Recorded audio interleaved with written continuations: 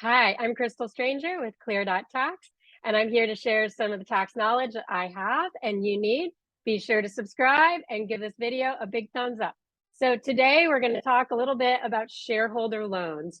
So when you're funding a company, there's two possible ways you can fund the company, right? One is capital contributions, where you give the money to the company and you're not expecting anything back.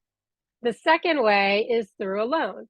Now, why use a loan? Well, if you want the company to pay you back someday, it's important to use a loan because if you have earnings and profits, your company's doing well, you have to treat payments made out from the company at that time as dividends before you're able to use anything as a payment for a non-dividend return of capital, right? So it's really difficult to ever get that capital money back unless you say it's a loan and you have that defined and determined from the beginning.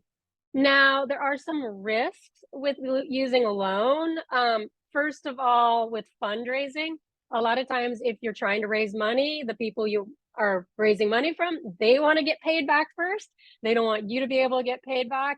And typically debt is senior to equity. So if you have, if you have some venture capitalists that you're going after to get fundraising, having a bunch of different loan documents on your cap table may prove an issue. You may have to subordinate to that. It may mean additional paperwork and additional hassles.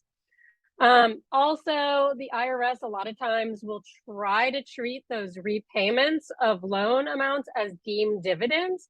Why is that? Well, dividends are taxed twice, right? They're taxed at the company level, which is currently the 21% tax rate. And then they're also taxed to the individual when the dividend is paid at, whatever your normal rate is, up to about 30% for foreign withholding, right? So with loans, however, when you're repaying the loan, like the repayment of the capital portion, of course, isn't a deduction, but the interest amount becomes a deduction to the company. And then the amount that's paid out is not a dividend, so it's not taxed. So you get a lot of benefit there.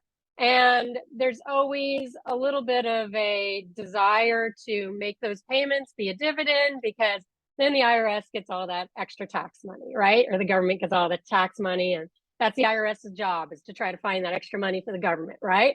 So they're just doing their job. But, one important thing is to protect that document and have it be legitimate. You always want an interest rate on the loan. That's part of what makes it be a valid agreement, is that you have a reasonable interest rate there. That's part of what defines it. And you always want to make sure your documents are contemporaneous, which means that you've entered into them prior to signing the tax return that loan amount is reported on. So anyway, thanks for joining. If you need help with taxes, visit us at Clear.tax today. Clear is your tech-forward financial solution for startups and growing companies. Thanks for watching. Please remember to subscribe and give this video a big thumbs up.